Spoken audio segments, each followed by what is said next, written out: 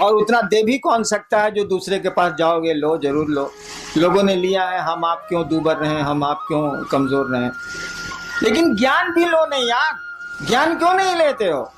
ज्ञान लोगे तो बहुत मामूली सी चीज से भी तुम बहुत बड़ा काम कर लोगे।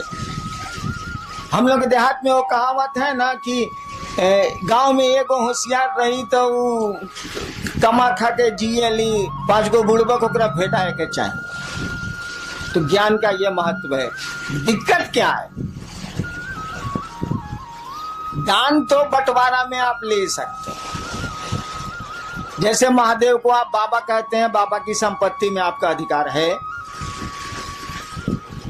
शिव कहा जाता है कि चंदा मामा सबके मामा, शिव घर घर के बाबा। कहावत है ना, चंदा मामा सबके मामा, शिव घर घर के बाबा। तो बाबा में तो पोते पर पोते सबका अधिकार है भाई, उसकी संपत्ति में। तो भोग तो रहे, हवा उसकी, प्राण उसके, पानी उसका, पहाड़ उसके, नदियां उसकी, हम उसके, सब तो उसी के हैं। तो भोग तो रहे और बिना मांगे मिल जाएगा, क्योंकि बाबा की संपत्ति में उसके पोता पोती से लेकर पूरा खानदान बढ़ते चले जाए, सबका अधिकार होता। कानून कहता है इस देश का कि जब तक जिंदा है तभी तक अधिकार रहेगा, उसके बाद कहीं दूसरे को दे दे। उस साला मरबे नहीं करता है तो देगा किसको? मरेगा तब ना दूसरे को होगा। उस साला जिंदा है। काहे कि रामनवमी में राम के जन्म की छुट्टी होती है, जन्माष्टमी में कृष्ण के जन्म की छुट्टी है। अब महादेव के जन्म का पता भारतीय सरकार को नहीं लगा तो हमको आपको कहाँ लगेगा, इसीलिए बियाह की छुट्टी है। महादेव का बियाह का छुट्टी दे, कहीं बियाह का छुट्टी सुना है आज तक किसी का? किसी भी बड़े से बड़े आदमी के शादी की छुट्टी आपको मिलती हो सरकारी दफ्तरों में, ऐसा सुना कभी? जन्म की मिलती है, पुण्यतिथि की मिलती है जिसमें वो शरीर छोड़ते हैं, पुण्यतिथि भी बहुत कम मिलती है, नहीं के बराबर मिलती है।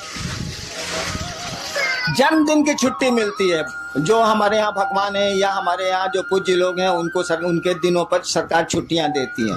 लेकिन बियाह के दिन के छुट्टी मिला लोग है सरकार में, ये कभी सुनने बने रहे वालों नहीं। बियाह के दिन साला बियाह हो गई लोग, कौन बड़का बात। लेकिन महादेव के छुट्टी मिलेला महाशिवरात्रि, वो बियाह के दिन मिलेला। काहे कि साले सरकार कमबख्त सरकार को ही नहीं पता, हमको आपको क्या इतनी बड़ी हस्ती को नहीं पता है कि पैदा कब हुआ था। और जब पैदा ही नहीं हुआ था, ये मालूम नहीं है, तो मरेगा ही नहीं साला। इसीलिए बाबा आपका जिंदा है, आपको हमको हक है, लेकिन केवाला नहीं मिलने वाला। केवाला तो उसी के नाम से है। दान में एक बाप अपने बेटे को पूरी संपत्ति का पूरा टुकड़ा दे सकता है। 3 बेटे हैं तो 3 हिस्सा कर देगा वो। कहल जाला कि बंटवारा में चाउर अगर धुआ गई बात होकर पानियों बटी, हाँ बटी, चावल का धुआं भी बढ़ता है। ये हम आसमान से सीखा है, धरती पर हम नहीं जानते थे इसको। चावल का धुआं भी बढ़ता है, लेकिन भाई साहब ज्ञान नहीं बढ़ता है। एक बाप अपने बेटे को, अगर 3 बेटे हैं 4 बेटे हैं तो वो 4 टुकड़े कर देगा। बंटवारा के समय चावल और अधन पर चढ़ा हुआ है तो पानी भी बांट देगा वो। लेकिन वह बहुत बढ़िया शिक्षक है तो ज्ञान नहीं बांट सकता है। उसका ज्ञान लेने के लिए उसके बेटों को उससे ज्ञान लेने की मानसिकता में आना होगा, उससे पढ़ना होगा। हम अक्सर एक किस्सा सुनाते हैं, बना के किस्सा सुनाते हैं, कौन किस्सा थोड़े। एक बाप था, उस इलाके का बहुत बढ़िया शिक्षक था, रिटायर कर गया। और जब तक वो शरीर से तंदुरुस्त था, अपने बेटों को कहता था, अरे हमसे पढ़ लो, इस इलाका में हमसे बढ़िया मास्टर नहीं है, तुम भी जानते हो कि हमसे बढ़िया मास्टर नहीं है, हमसे पढ़ो। 3 गो बेटा था, 2 गो बड़का बोला तोहरा से पढ़े, हमारे स्कूल में नाम लिखाओ। क्या करेगा बाप, उसने स्कूल में नाम 2 को लिखा दिया। छोटका बोला कि ना बाबूजी हम तोहरे से पढ़े। उसने तो कहा ही था कि हाँ पढ़ो। 2 बेटा कहा कि ना हम तरह से ना पढ़े, भी स्कूल में पढ़े। समय बीता, वो रिटायर कर गया, बूढ़ा हो गया। एक दिन सबसे छोटका बेटा हो गया था कलेक्टर, पढ़ा टीचर बढ़िया था, बना दिया उसको, IAS हो गया, वो कलेक्टर हो गया।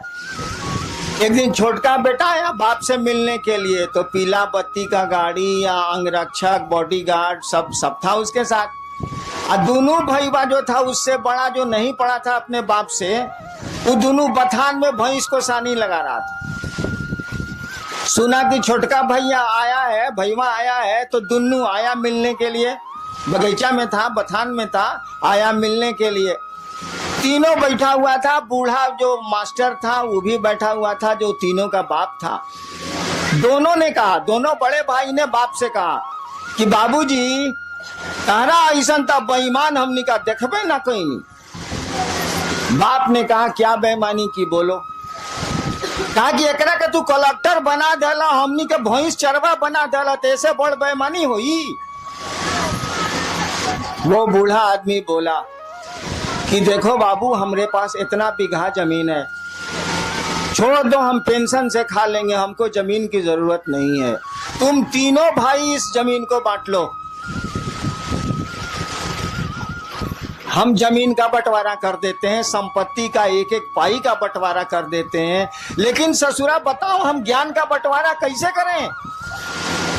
ये पढ़ना चाहा तो हमने पढ़ा दिया, तुम दोनों ने कहा नहीं पढ़ेंगे तो स्कूल भेज दिया।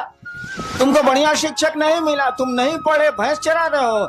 इसने हमसे पढ़ना चाहा, हम थोड़ा बढ़िया से पढ़ाते रहे हैं स्कूलों में, हमने इसको पढ़ा दिया, ये कलेक्टर हो गया, तुम दोनों भैंस चरवा हो गए। तो ज्ञान का बंटवारा हम कैसे कर दें? चलो चावल का पानी हम बांट देते हैं, सब कुछ बांट देते हैं 3 हिस्से में, लेकिन ज्ञान कैसे बांटेंगे यार? ज्ञान कोई लेगा तब न देंगे, ज्ञान तो लेना पड़ता है। सामान तो हम दे देंगे, लीजिए चाहे फेंकिए, लेकिन ज्ञान तो हम दे ही नहीं सकते ना जब तक आप लेना नहीं चाहिएगा, उसको रिसीव करना नहीं चाहिएगा। हम लोगों ने कहा महादेव से दान लेते हैं, ज्ञान का नहीं लेते हैं भाई साहब। ज्ञान लेने के लिए आपको उस महादेव का चेला बनना होगा, शिष्य बनना होगा। और शिष्य बनना होगा इसका माने शिष्य शब्द का अर्थ जानते हैं? जो लोग अंग्रेजी जानते हैं उनको तो आसान है, डिसाइपुल और डिसिप्लिन। डिसिप्लिन शब्द से डिसाइपुल बना है, डिसिप्लिन अनुशासन, डिसिप्लिन शब्द से डिसाइपुल मन शिष्य, डिसिप्लिन शब्द से डिसाइपुल बना है।